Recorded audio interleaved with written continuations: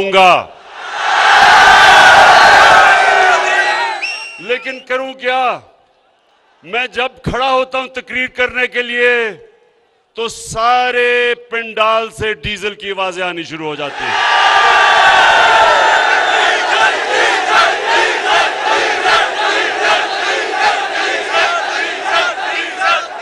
बुरे और मुश्किल वक्त में मैंने पूरी कोशिश की कि डीजल की कीमत कम की जाए। इस वक्त ये मनसेरा, आप बाशऊर लोग हो, आप समझते हैं। मैं अभी बैठ के देख रहा था, एक एक चीज जो यहां बोली जाती थी सबको समझती। तो आपने गौर से जरा मेरी बात सुने कि देखें मैं जब अपने अल्लाह और रसूल की बात करता हूं और अपने दीन की बात करता हूं, ये ऊपर वाला गवाह है। मैं कभी ना वोट लेने के लिए उनका नाम लेता हूं, ना किसी तरह लोगों को अपनी तरफ खींचने के लिए उनके नाम लेता हूं। ये मेरा ईमान है। नौजवानों, ये सुन लो मेरी बात। मैं वो इंसान हूं जो सारी दुनिया फिर चुका है। मैं वो पाकिस्तानी हूं जो दुनिया का, क्रिकेट की दुनिया का सुपरस्टार रह चुका है। कहने का मतलब ये मनसेरा, और मैं खास तौर पे, देखें मैं नौजवानों से खास तौर पे मुखातिब इसलिए हूं कि मेरे नौजवानों, आप पाकिस्तान का मुस्तकबिल हो। आपको मैं अपने तजर्बे से मैं ये सिखाना चाहता हूं कि सही रास्ता कौन सा है, आपकी अजमत का रास्ता कौन सा है और आपकी तबाही का रास्ता कौन सा है।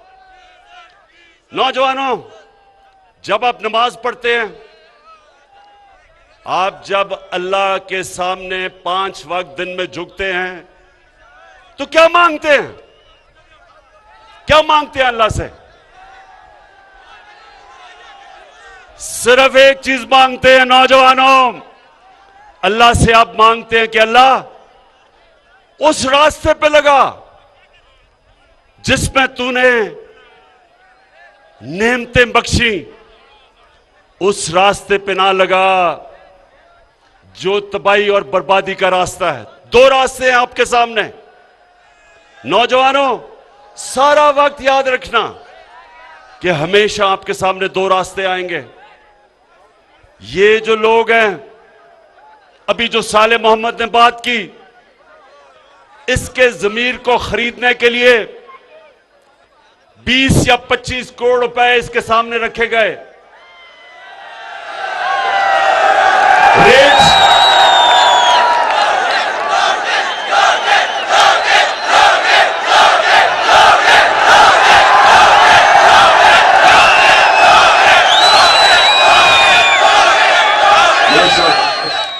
समझते आप?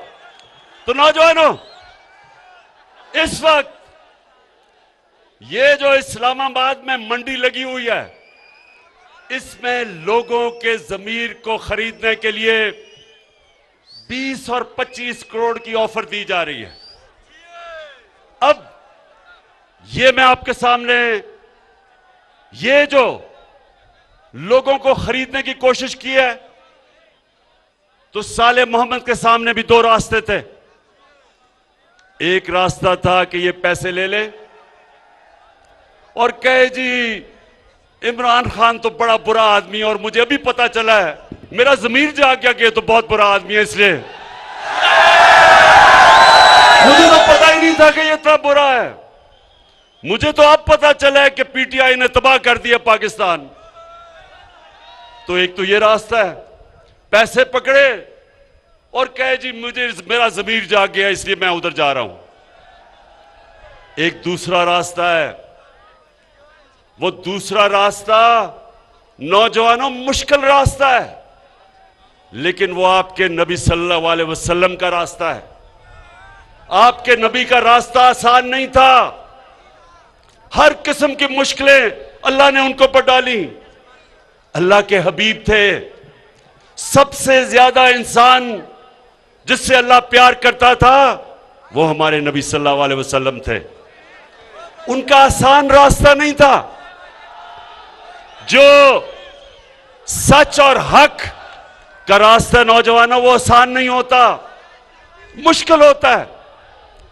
सारा वक्त ये चूहे मिलके आपको बुरा भला कहते हैं, गालियां निकालते हैं, जमा होके डराते हैं, ब्लैकमेल करते हैं। लेकिन नौजवानों, इंसान की अजमत का रास्ता ही मुश्किल रास्ता है। आसान रास्ता जो हम समझते हैं कि जी 20 करोड़ रुपया पकड़ लिया और हमारी जिंदगी आसान हो जाएगी। नौजवानों, अल्लाह ने कुरान में 3 चीजें वाज़े लिखी हुई हैं कि जितना पैसा आप जिंदगी में बनाएंगे वो अल्लाह के हाथ में है, कोशिश इंसान के हाथ में है, लेकिन कितनी आपकी रिस्क होगी वो अल्लाह के हाथ में है। दूसरा कि इज्जत अल्लाह के हाथ में है, जिल्लत अल्लाह के हाथ में है। ये जो लोग समझते हैं कि आपको बुरा भला कह के आपको इंसान जलील कर सकता है, कोई इंसान को जलील नहीं कर सकता, क्योंकि इज्जत अल्लाह ने अपने हाथ में रखी हुई है। और जिंदगी मौत, सबसे ज्यादा इंसान को खौफ मौत का होता है। अल्लाह ने इंसान को आजाद कर दिया है। वो कहता है कि किस टाइम पे तुम दुनिया से जाओगे ये अल्लाह ने अपने हाथ पे रखा है। इसलिए अल्लाह ने आपको आजाद कर दिया है। कुरान में वो कहता है कि जो लोग ईमान ले आए मैं उनके खौफ दूर कर देता हूं। एक बुज़दिल आदमी वो होता है जिसमें ईमान नहीं होता। ईमान वाले की निशानी होती है उसकी कोई कीमत नहीं होती, उसके ज़मीर को कोई खरीद नहीं सकता, उसको कोई डरा नहीं सकता। तो मैं साले मोहम्मद आज आप सबके सामने आपको इसलिए खराज तहसीन पेश करता हूं कि 20 करोड़ क्या 50 करोड़ भी आपको वो ऑफर करते, आपने नहीं जाना था उनके साथ। अच्छा नौजवानों, अब पहले तो मैं आज अल्लाह के सामने उसका शुक्र अदा करता हूं कि मैं सुरखरू हूं। क्यों? कि उसने मेरे से और मेरी गवर्नमेंट से वो काम लिया जो 50 साल से किसी से, कितनी हुकूमतें आई, 57 मुसलमान मुल्क हैं, लेकिन उसने पाकिस्तान और मेरे से वो काम लिया कि यूनाइटेड नेशंस के अंदर हमने जाके रेजोल्यूशन पास की कि जो इस्लाम के खिलाफ, जो हमारे नबी सल्लल्लाहु अलैहि वसल्लम की शान में गुस्ताखी करते थे, हमारी हुकूमत ने जाके यूएन में कहा है कि ये 15 मार्च हर साल इस्लामोफोबिया के खिलाफ सारी दुनिया में यूनाइटेड नेशंस दिन बनाएगी। और ये जब तक हमें तकलीफ दी जाती थी, आजादी राय के नाम पे, फ्रीडम ऑफ एक्सप्रेशन के नाम पे हमारे नबी सल्लल्लाहु अलैहि वसल्लम की शान में गुस्ताखी की जाती थी, अब यूनाइटेड नेशंस यानी सारी दुनिया की कम्युनिटी ने यह फैसला किया है कि आजादी राय के पीछे छुप के आप 1.5 अरब मुसलमानों को तकलीफ नहीं पहुंचा सकते। तो मैं ये मनसेरा वाले मुझे यह बताएं कि 30 साल से फजल रहमान सियासत कर रहा है दीन के नाम पे, उसने क्यों नहीं ये किया?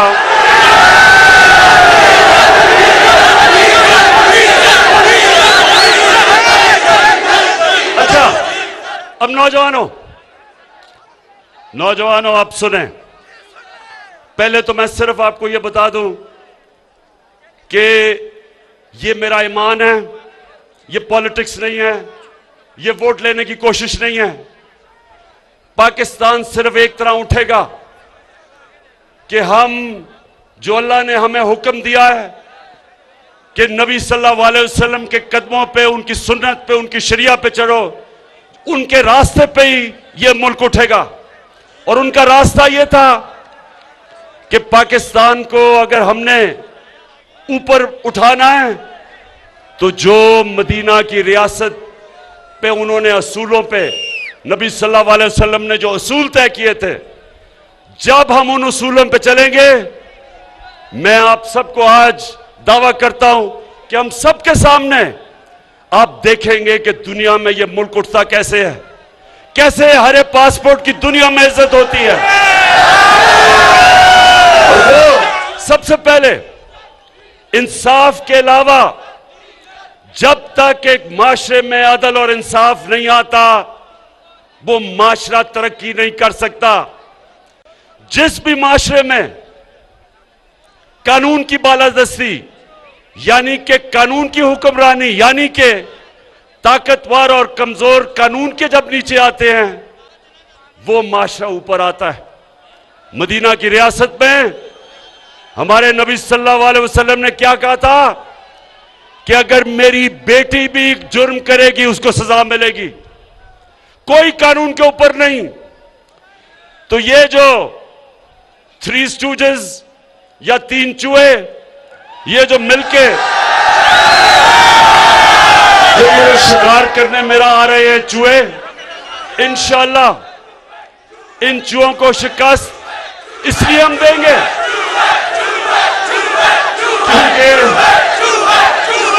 क्योंकि ये चाहते हैं क्या, ये एक चीज चाहते हैं कि किसी तरह इमरान इनके करप्शन के केसेस खत्म कर दे, इनको एनआरओ दे दे, जो जनरल मुशर्रफ ने इनको एनआरओ दिया था। सारी जंग ये है, अदम एतमाद की जंग का सिर्फ एक मकसद है कि किसी तरह, जिस तरह जनरल मुशर्रफ ने इनकी करप्शन के केस माफ किए थे, इमरान खान भी वो कर दे। और जिस दिन, नौजवानों आप गवाह रहना, जिस दिन मैंने इनके करप्शन के केस माफ किए, मैं पाकिस्तान से सबसे बड़ी गद्दारी करूंगा। लाल मेरी पत रखियो बला झूले लाल, ओ लाल मेरी,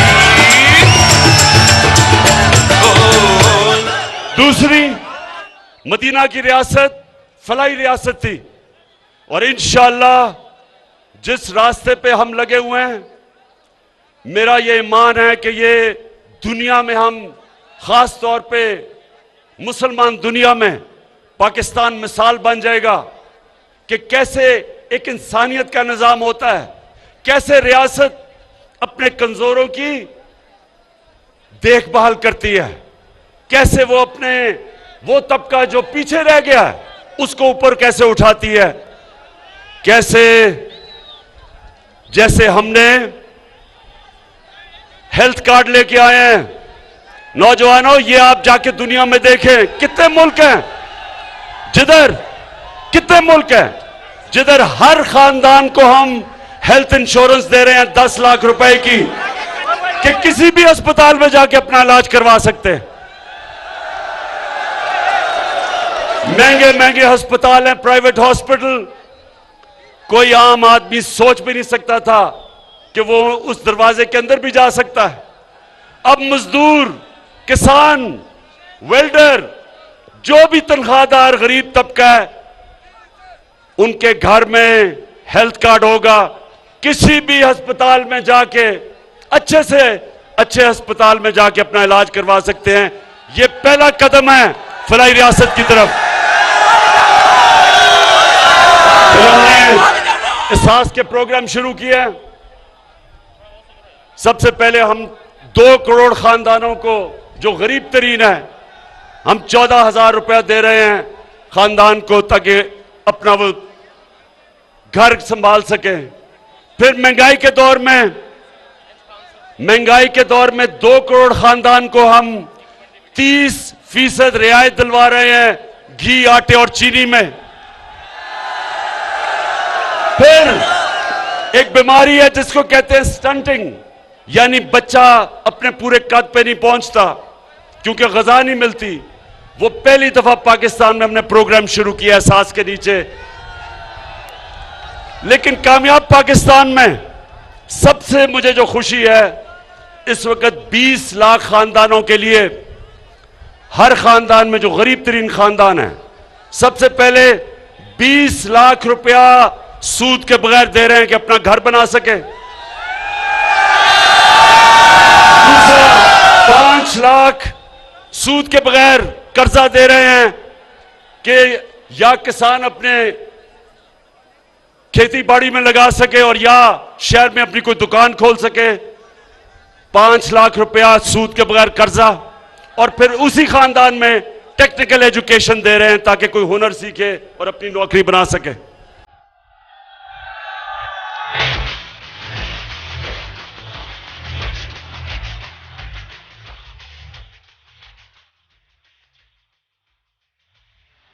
अच्छा जी, अब जो मैं अपनी कौम को सबसे ज्यादा जरूरी चीज बताना चाहता था वो ये कि देखें नौजवानों, मेरे मां बाप एक गुलाम हिंदुस्तान में पैदा हुए थे, आजाद नहीं थे, अंग्रेज की गुलामी थी। मैं वो पाकिस्तानी हूं जो हम पहले बच्चे आजाद पाकिस्तान में पैदा हुए थे। तो मुझे बचपन से मेरे मां बाप ने एक चीज बताई थी कि तुम कितने खुशकिस्मत हो कि तुम एक आजाद मुल्क में पैदा हुए हो। तुम सर उठा के फिर सकते हो एक आजाद मुल्क में। बड़ी मुश्किलात थी शुरू में जब पाकिस्तान बना, बहुत ज्यादा हिंदुस्तान से रेफ्यूजीज आए, पैसे नहीं थे, मुल्क चलाने के लिए पैसे नहीं थे, लेकिन बड़ा जोश और जज्बा और जुनून था कि हमने पाकिस्तान को खड़ा कर दिया। तो मैंने ये कभी बात नहीं भूली मेरे नौजवानों कि मुझे बड़ी तकलीफ होती थी जैसे हमारे मुल्क में हमने बाहर के मुल्कों की गुलामी शुरू कर दी।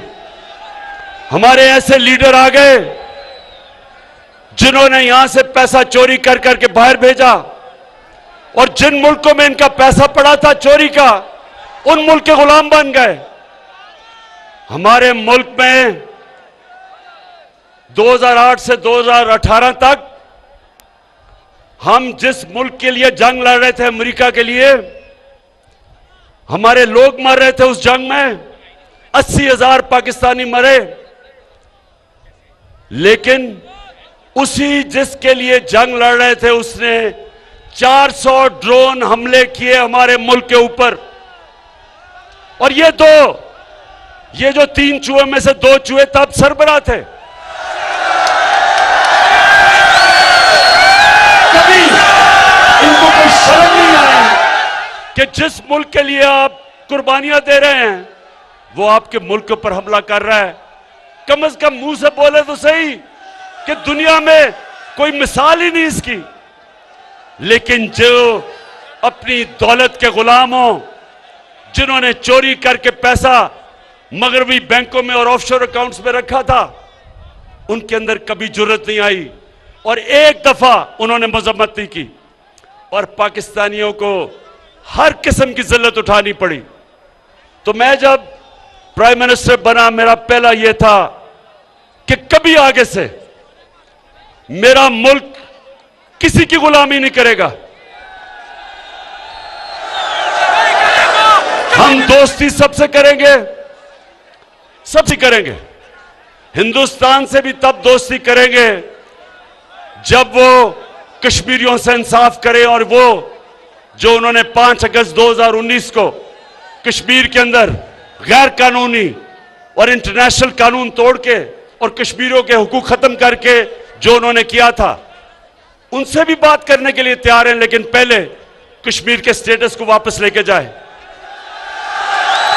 लेकिन हमारी किसी इंसानों से दुश्मनी नहीं, लेकिन इस मुल्क को हम कभी किसी के सामने झुकने नहीं देंगे, किसी की गुलामी नहीं करेंगे। हमारा मुल्क का बनने का नारा था पाकिस्तान का मतलब क्या, और ला इलाहा इल्लल्लाह का मतलब ये कि ए अल्लाह सिवाय तेरे अगर हम किसी के सामने झुकेंगे वो शिर्क है। और इंशाअल्लाह ये आप देखेंगे कि मैं आपको ये साबित करके दिखाऊंगा कि दुनिया में हर एक पासपोर्ट की इज्जत होगी। अच्छा,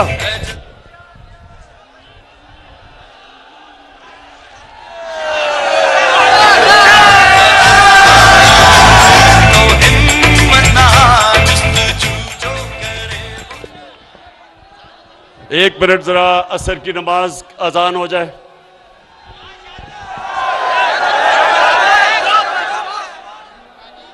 मानसहरा में इस वक्त इमरान खान जलसागाह में लोगों से खिताब कर रहे हैं। उनका कहना था कि सच और हक का रास्ता आसान नहीं, बहुत मुश्किल होता है। अक़वाम मुत्तहिदा में इस्लामोफोबिया के ख़िलाफ़ करारदाद पास कराई। अब हर साल 15 मार्च इस्लामोफोबिया के ख़िलाफ़ दिन मनाया जाएगा। मैं वोट के लिए या लोगों को अपनी तरफ खींचने के लिए दीन इस्लाम को इस्तेमाल नहीं करता। नौजवान पाकिस्तान का मुस्तकबिल हैं। बुरे और मुश्किल वक्त में पूरी कोशिश की कि डीज़ल की कीमत कम की जाए। इस्लामाबाद में ज़मीर फरोशों की मंडी लगी हुई है। इंसान की अज़मत का रास्ता मुश्किल रास्ता है। उनका कहना था कि सालेह मोहम्मद ख़ान के ज़मीर को ख़रीदने के लिए 20 से 25 करोड़ रुपए रखे गए। मानसहरा में ये मनासिर जलसागाह के जहाँ अवाम इस वक्त मौजूद हैं। वज़ीर-ए-आज़म इमरान ख़ान उनसे खिताब कर रहे हैं। वज़ीर-ए-आज़म इमरान ख़ान ने इस मौके पर कहा है कि सच और हक़ का रास्ता आसान नहीं, ये एक मुश्किल रास्ता होता है। उन्होंने ये भी बताया कि अक़वाम मुत्तहिदा में इस्लामोफोबिया के ख़िलाफ़ करारदाद पास कराई है। अब हर साल 15 मार्च इस्लामोफोबिया के ख़िलाफ़ दिन मनाया जाएगा। उन्होंने कहा कि मैं वोट के लिए या लोगों को अपनी तरफ खींचने के लिए दीन इस्लाम को इस्तेमाल नहीं करता। नौजवान पाकिस्तान का मुस्तकबिल हैं। मैं क्रिकेट की दुनिया का सुपर स्टार रह चुका हूँ। बुरे और मुश्किल वक्त में पूरी कोशिश की कि डीज़ल की कीमत कम की जाए। हर जलसे में ख़ुद को समझाता हूँ कि फजल रहमान को डीज़ल ना कहूँ। क्या थी? कानून की बालादस्ती, हुक्मरानी, इंसाफ एक, फलाई रियासत दो, एक खुददार रियासत जो सवाए अल्लाह के किसी के सामने नहीं झुकती। अब चौथी चीज है वो आप सबके लिए। चौथी चीज ये है कि 3 तो रियासत की जिम्मेदारी है, एक आपकी जिम्मेदारी है, और वो है अमर बिन मारूफ। अल्लाह का हुक्म है इंसानों को, अल्लाह का हुक्म है कि हर इंसान अच्छाई के साथ खड़ा हो, अच्छाई के लिए जहाद करे और बुराई और बदी के खिलाफ जहाद करे। यह हुक्म है उसका। अल्लाह ने आपको किसी को यह इजाजत ही नहीं दी कि जब अच्छे और बुरे की जंग हो तो आप कहें जी मैं पीछे खड़ा हूं, मैं तो न्यूट्रल हूं, मैं तो किसी के साथ नहीं हूं। यह अल्लाह ने मुसलमान माशरे को इजाजत नहीं दी। अब मेरा वक्त बहुत मगरबी माशरों में गुजरा है। मैं आपको यकीन दिलाता हूं कि जितना भी मेरा वक्त बरतानिया में गुजरा और कोई 20 साल, आप यकीन करें कि हमारा माशरा अमर बिन मारूफ पे नहीं चल रहा, उनका माशरा चल रहा है। वहां मीडिया, उनके इदारे, उनकी अदलिया, उनकी अवाम, सब जब अच्छे और बुरे की जंग होती है सब अच्छाई के साथ खड़े हो जाते हैं। किसी आदमी, कोई पॉलिटिशियन जो अवाम का पैसा चोरी करता है, जिस पॉलिटिशियन के मकसूद चपड़ासी के अकाउंट में 375 करोड़ रुपए आ जाता है, जिसके नौकरों के अकाउंट में 16 अरब रुपया आ जाता है, सारी कौम, सारा मीडिया, उसकी अपनी पार्टी, सब उसके खिलाफ खड़े हो जाते हैं, सब बदी के खिलाफ खड़े होते हैं। कभी यह नहीं होता कि एक भगौड़ा जो मुल्क छोड़ के झूठ बोल के भाग जाए, जो अदालत उसको मुजरिम करार दे, उसके बाहर पैनमा का इंकशाफ हो और उसके पकड़ा जाए कि जी बेटी के नाम पे 4 अरबों रुपए के महलात खरीदे हुए हैं लंदन में, सबसे महंगे इलाके में, और फिर अदालत उसको सजा दे, फिर वो झूठ बोले। पहले मुशर्रफ के दौर पे झूठ बोल के गया कि मैंने कोई सऊदी अरेबिया से मुआहदा नहीं किया, और फिर इस बारी कि जी मैं बीमार हूं, बहुत मरने लगा हूं, फिर झूठ बोल के चला जाए। तो नौजवानों, वो माशरों के अंदर जिधर अमर बिल मारूफ है, जिन माशरों में अमर बिल मारूफ के ऊपर लोग अमल करते हैं, इस आदमी के लिए मीडिया तो छोड़ो, उसकी अपनी पार्टी छोड़ जाए उसको। झूठो, एक बर्तानिया में एक प्राइम मिनिस्टर था हैरोल्ड मैकमिलन, उसने झूठ बोला, उसको रिजाइन करना पड़ा झूठ बोलने पे। यहां झूठ भी बोलो, एक दफा नहीं, 2 दफा नहीं, अदालत में झूठ बोलो, कतरी खत झूठ बोलो, कैलिबरी फोन झूठ बोलो, झूठ पे झूठ बोलो, लेकिन वो फिर भी लीडर बना हुआ लंदन में बैठ के। इसलिए कि हम अल्लाह के हुक्म पे नहीं चलते, और जब एक माशरे के अंदर लोग अच्छाई के साथ खड़े नहीं होते, वो माशरा तबाह हो जाता है। तो नौजवानों, अब ये मेरे से सुने, ये सारे इकट्ठे हुए हैं, ये चूहे इसलिए इकट्ठे हुए हैं, ये कहते हैं कि जनाब बहुत बुरा हालात है पाकिस्तान में। मैं आज आप सबके सामने, नौजवानों, अब तो आपके पास मोबाइल टेलीफोन है, ये सारी चीजें चेक कर लें। मैं आज सबके सामने चैलेंज करता हूं कि पाकिस्तान की तारीख के अंदर 3.5 सालों के अंदर किसी हुकूमत ने इस तरह की परफॉर्मेंस नहीं दी जो मुझे बड़ा फख्र है मेरी हुकूमत ने दी है। आज माइशत देख लें, आज जिससे मुल्क उठता है वो एक्सपोर्ट्स है। आज पाकिस्तान की तारीख में सबसे ज्यादा एक्सपोर्ट्स है। आज हमारे पास जो टैक्स इकट्ठा हुआ वो तारीख में सबसे ज्यादा है। आज जो बाहर से हमारे पाकिस्तानी पैसा भेज रहे हैं डॉलर्स, वो सबसे ज्यादा है। आज 5 फसलें उनकी तारीखी पैदावार हुई है, गंदम की, गन्ने की, मकई की, चावल की, आलू की, रिकॉर्ड।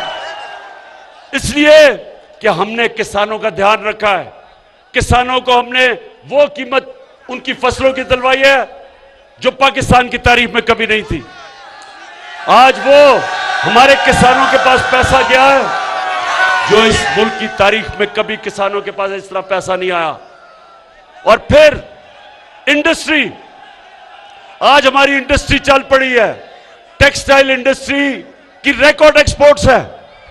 टेक्सटाइल इंडस्ट्री ये पिछले दौर में बंद हो रही थी, उनके ऊपर हाउसिंग सोसाइटीज बन रही थी। आज मजदूर नहीं मिल रहे टेक्सटाइल के लिए कि माशाल्लाह अल्लाह के करम से इस तरह का पाकिस्तान की इंडस्ट्री आगे बढ़ रही है। आईटी की इंडस्ट्री, जो नौजवानों आपका फ्यूचर है, आईटी, इंफॉर्मेशन टेक्नोलॉजी, 75% 2 सालों में आईटी की एक्सपोर्ट्स बढ़ी हैं। और इंशाल्लाह जो हम आगे देख रहे हैं, सिर्फ आईटी उठा देगी इस मुल्क को। फिर ये मैं आपको बताऊं कि जब एक मुल्क में ईमानदार हुकूमत आती है, और फर्क क्या, पाकिस्तान के ऊपर रेको डेक 2000 अरब रुपए का पाकिस्तान पे हर्जाना हुआ था। 2000 अरब रुपए का पाकिस्तान के ऊपर एक फैसला किया था अदालत ने, और हमारे ऊपर हमने 2000 अरब देने थे जिन कंपनियों ने अदालत में गई थी। मुझे फख्र है कि 3 साल मुसलसल हमने निगोशिएट करके हमने वो मसला हल किया। वही कंपनी जो छोड़ के चली गई थी, सोने की और कॉपर की, तांबे की जो माइंस थी, वो वापस आ गई है। 9 अरब डॉलर वो अब पाकिस्तान में इन्वेस्ट करेंगी। बलोचिस्तान की इंशाल्लाह तकदीर बदल जाएगी। पाकिस्तान में डॉलर्स आएंगे जो ये हमारे रुपए पे जो प्रेशर पड़ता है, इससे डॉलर आएंगे। फिर ये सुने जरा, एनएचए, सड़कें, ये भी नौजवानों, आपके पास टेलीफोन हो, मोबाइल फोन हो, ये गूगल करें कि 2013 में जब नून लीग थी तो किस कीमत पे सड़कें बनाई जा रही थी, और 2021 में महंगाई के बावजूद किस कीमत पे सड़कें बनाई।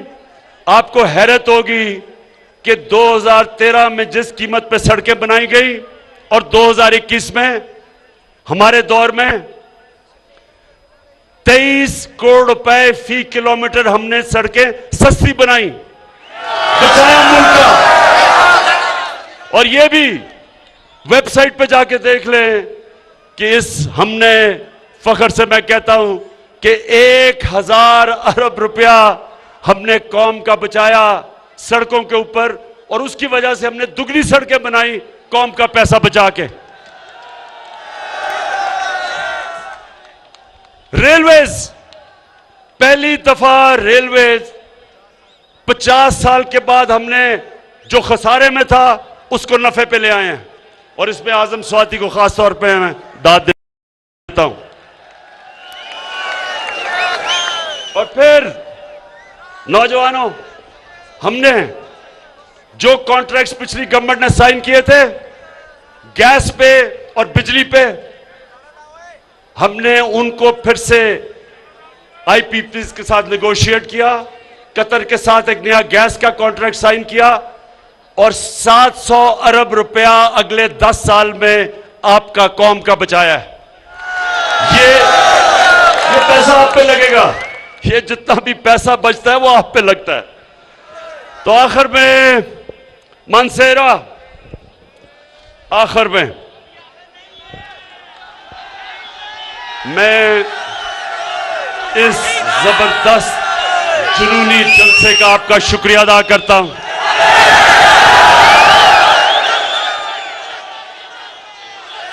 मैं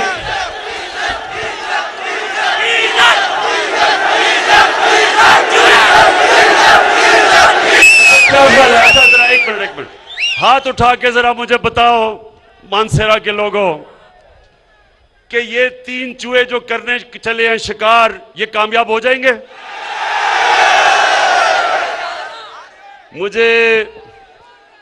मुझे ये चूहों के ऊपर थोड़ा तरस भी आ रहा है, क्योंकि चूहा नंबर 1 शहबाज शरीफ, उसने अपनी अचकन सलवाली थी, प्राइम मिनिस्टर के ख्वाब देख रहा था, बड़े बड़े उसने बयान दिए कि जी यूरोपियन यूनियन की इमरान को तनकीद नहीं करनी चाहिए थी। फिर जी कि मैं अगर होता तो मैं एब्सोल्युटली नॉट ना कहता, मैं अमेरिकनों को नाराज ना करता, मैं तो अमेरिकन देखूं या यूरोपियन देखूं या कोई भी बूट देखूं, मैं तो पॉलिश करने शुरू कर देता हूं। शहबाज शरीफ, तुम्हारा नाम तो मैं चेरी ब्लॉसम रख देता हूं, वो जो पॉलिश नहीं होती, जो ये लोगों के जूते पॉलिश करता है सारा वक्त कि जी मुझे किसी तरह वजीर आजम बना दो। शहबाज शरीफ, वो तो अचकन को संभाल के रख लो, क्योंकि वो मेरे ख्याल में आपको किसी और को देनी पड़ेगी, क्योंकि शरीफ खानदान के दिन इस मुल्क को चोरी करके लूटने के चले गए हैं।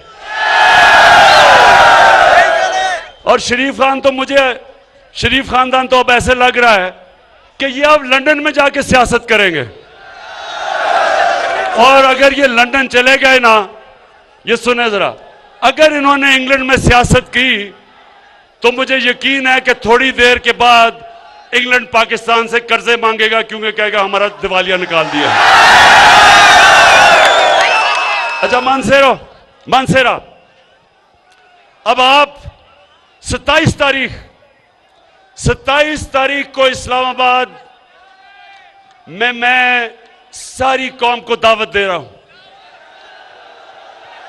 और कौम को मैं क्या कह रहा हूं कि मैं अपनी कौम को यह कह रहा हूं कि हमारे नौजवानों के लिए,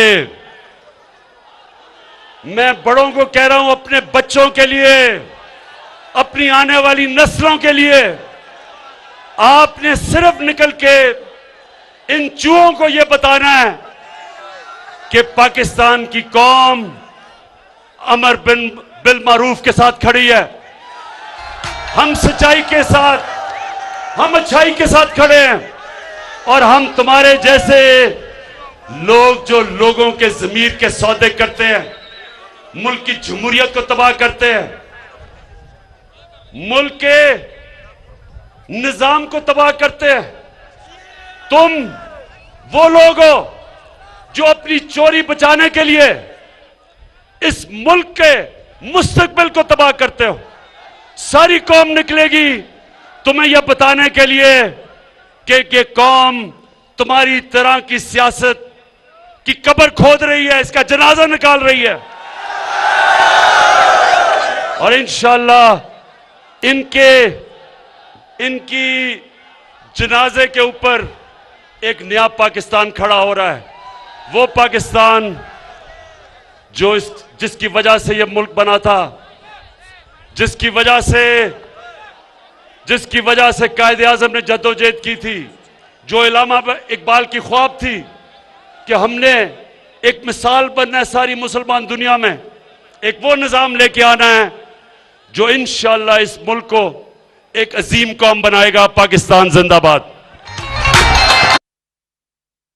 वज़ीर आज़म इमरान खान महसहरा में जलसे आम से खिताब थे, जहां उन्होंने खिताब करते हुए कहा कि 3 चूहे मिलकर मेरा शिकार करने आ रहे हैं, इन चूहों को शिकस्त देंगे। वज़ीर आज़म का कहना था कि सारी जंग यह है कि केसेस ख़त्म करके NRO दे दूं, जिस दिन इनके केसेस माफ़ किए मुल्क से सबसे बड़ी गद्दारी करूंगा। मानसहरा में जलसे से खिताब करते हुए वज़ीर आज़म ने कहा कि अल्लाह ने किसी को इजाज़त नहीं दी अच्छे और बुरे की जंग में न्यूट्रल हो या फिर पीछे हट जाए कि हम किसी के साथ नहीं हैं। इमरान खान ने कहा कि हर जलसे में खुद को कहकर जाता हूँ फजलुर रहमान को डीजल नहीं कहूँगा, तकरीर करने खड़ा होता हूँ तो सारे पंडाल से डीजल की आवाज़ें लगने लगती हैं। बुरे और मुश्किल वक्त में कोशिश की डीजल की कीमत कम की जाए। वोट लेने के मजहब